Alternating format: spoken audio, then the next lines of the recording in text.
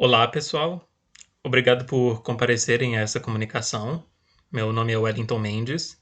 Eu sou acadêmico de doutorado em estudos linguísticos na Universidade Federal de Minas Gerais e atuo também como professor no Centro Federal de Educação Tecnológica de Minas Gerais. Hoje eu vou falar sobre a produção de fricativas alveolares em final de palavra por falantes brasileiros de inglês como segunda língua. Os objetivos desse trabalho são investigar a formação de plural no inglês por falantes brasileiros no que diz respeito ao vozeamento preciso da fricativa final, por exemplo, a forma bags, em contraste com uma forma agramatical como bags, em que a fricativa final não é vozeada adequadamente. Um outro objetivo seria identificar possíveis efeitos de tipo silábico, padrão ortográfico e tarefa.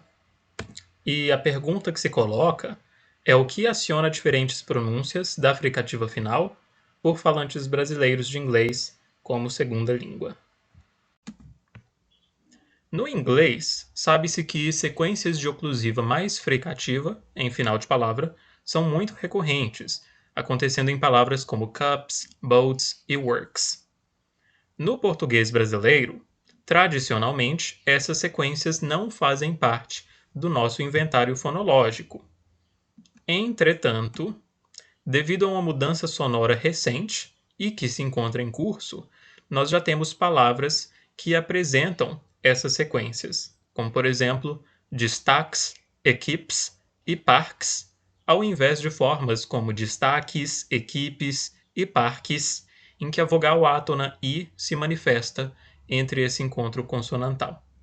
Então, é possível que uma mudança sonora em curso no português brasileiro esteja favorecendo a emergência desses encontros consonantais no inglês como segunda língua. Com relação à ortografia, o inglês apresenta dois padrões ortográficos que são associados a sequências de oclusiva seguida de fricativa final. Algumas palavras podem terminar em uma consoante seguida da letra S, como por exemplo cups, cats e ducks, enquanto outras palavras podem terminar numa sequência ortográfica de uma consoante seguida das letras E e S, como grapes, gates e cakes. Note ainda que no inglês a formação de plural é sujeita à assimilação de vozeamento. Se a fricativa final for precedida de uma consoante desvozeada, então a fricativa se manifestará como uma fricativa alveolar desvozeada. No entanto, se esta fricativa for precedida de uma consoante vozeada, então a fricativa final se manifestará como uma fricativa alveolar vozeada, como por exemplo em jobs, beds e eggs. Já no português brasileiro, sequências de oclusiva mais fricativa final ocorrem associadas ao padrão ortográfico consoante seguida de E e S, em palavras como crepes, pots, cheques, clubs, tardes e jegs. O português brasileiro também apresenta o padrão ortográfico consoante seguida da letra S, em alguns casos excepcionais, como bíceps, fórceps e volts, ou seja, são palavras de empréstimo que possivelmente contribuíram para essa mudança sonora no início do fenômeno. Em termos de precisão de vozeamento da fricativa final no inglês como segunda língua, nós acreditamos que a ortografia pode apresentar tanto efeitos positivos quanto negativos. Em essência, a letra S presente no input ortográfico pode favorecer a produção de sequências de oclusiva mais fricativa desvozeada, em palavras como cups, cats e ducks, porém, a presença desse input ortográfico pode inibir a produção de sequências de oclusiva mais fricativa vozeada, como jobs, beds e eggs. Nesse último caso, nós teríamos então um possível conflito entre os efeitos positivos da mudança sonora e os efeitos negativos de uma transferência de um padrão ortográfico da L1. Quanto ao arcabouço teórico, nossa análise é pautada sobretudo na teoria de exemplares, que sugere que o léxico é um componente essencial nas representações mentais, e que há múltiplas representações fonéticas e ortográficas ativadas no inventário fonológico e gramatical do falante. Nossa análise também é pautada no modelo de aprendizagem de fala, sobretudo na premissa de que categorias similares, embora não idênticas, entre a L1 e a L2 são mais difíceis para os aprendizes adquirirem, devido à presença de diferenças acústicas finas entre as categorias dessas duas línguas. Esse parece ser o caso das fricativas alveolares no inglês e no português, porque elas apresentam diferenças sutis entre seus graus de vozeamento. E, finalmente, nós consideramos como mudanças sonoras em curso e a ortografia podem ter efeitos dinâmicos e mistos na produção em L2. Em relação à metodologia, nosso corpus é constituído de gravações, de leitura de frases e da nomeação de figuras por estudantes do ensino médio. Foram selecionadas 22 palavras e 8 indivíduos, totalizando 352 dados, e esses dados foram classificados entre precisão de vozeamento da fricativa final e imprecisão de vozeamento da fricativa final. Um exemplo de precisão de vozeamento seria a pronúncia da palavra eggs, em que há o vozeamento da oclusiva e da fricativa final.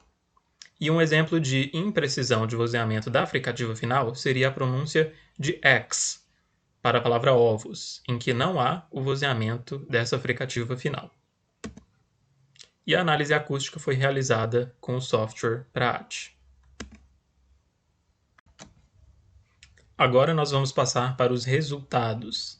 Será então que a fricativa final está sendo produzida de forma precisa?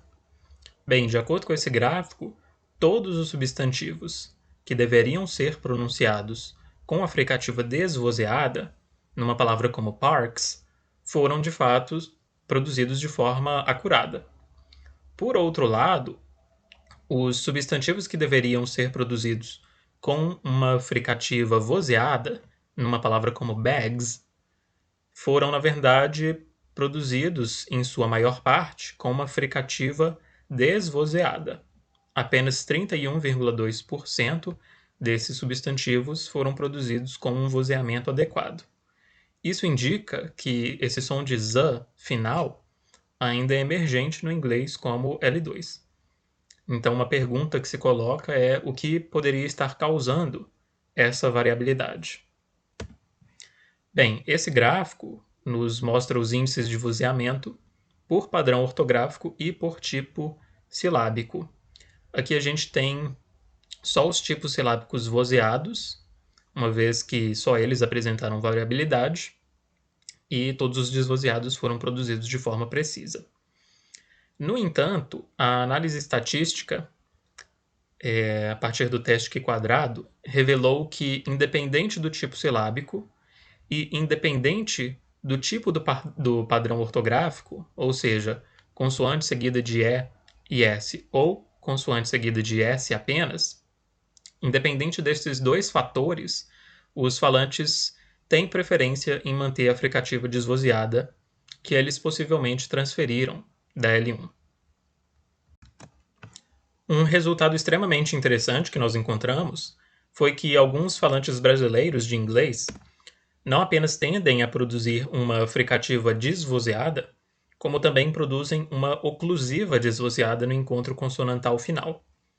Aqui nesse dado, por exemplo, o falante deveria ter produzido sides com um som de z final, no entanto, foi produzido algo como sites, em que não houve vozeamento nem da oclusiva e nem da fricativa final.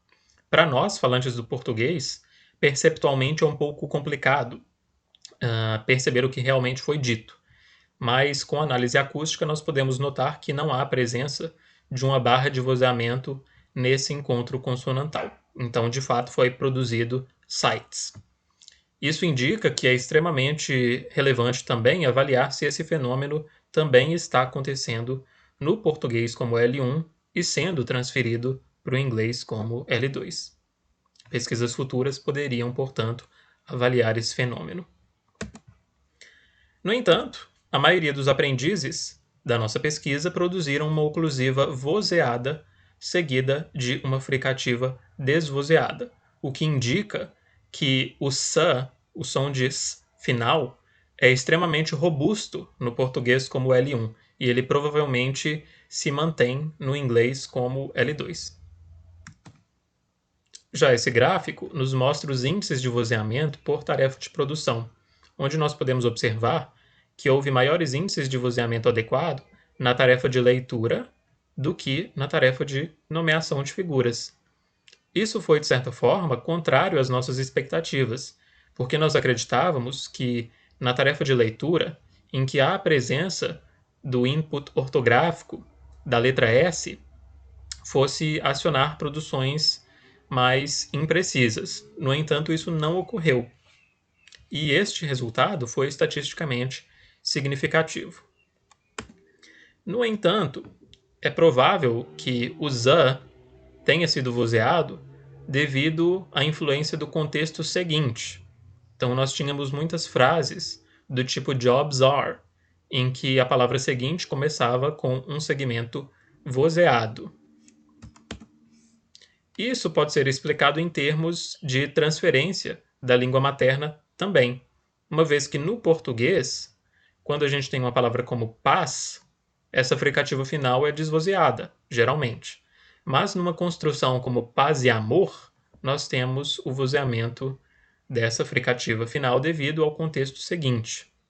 Outro exemplo seria a palavra clubs, que geralmente é pronunciado com uma fricativa desvozeada. Mas a construção clubes grandes pode favorecer o aparecimento dessa fricativa vozeada. Contudo, sequências desvozeadas mantêm a ausência de vozeamento, mesmo quando são seguidas de segmentos vozeados. Ou seja, se o contexto seguinte fosse de fato o acionador do vozeamento, nós esperaríamos que o encontro consonantal final, numa frase como cups are, fosse vozeado, mas isso não ocorreu em nenhum dos nossos dados, em que todos os encontros consonantais desvozeados permaneceram desvozeados adequadamente. Isso é um outro indício de que apenas a fricativa vozeada, no inglês como L2, ainda é emergente.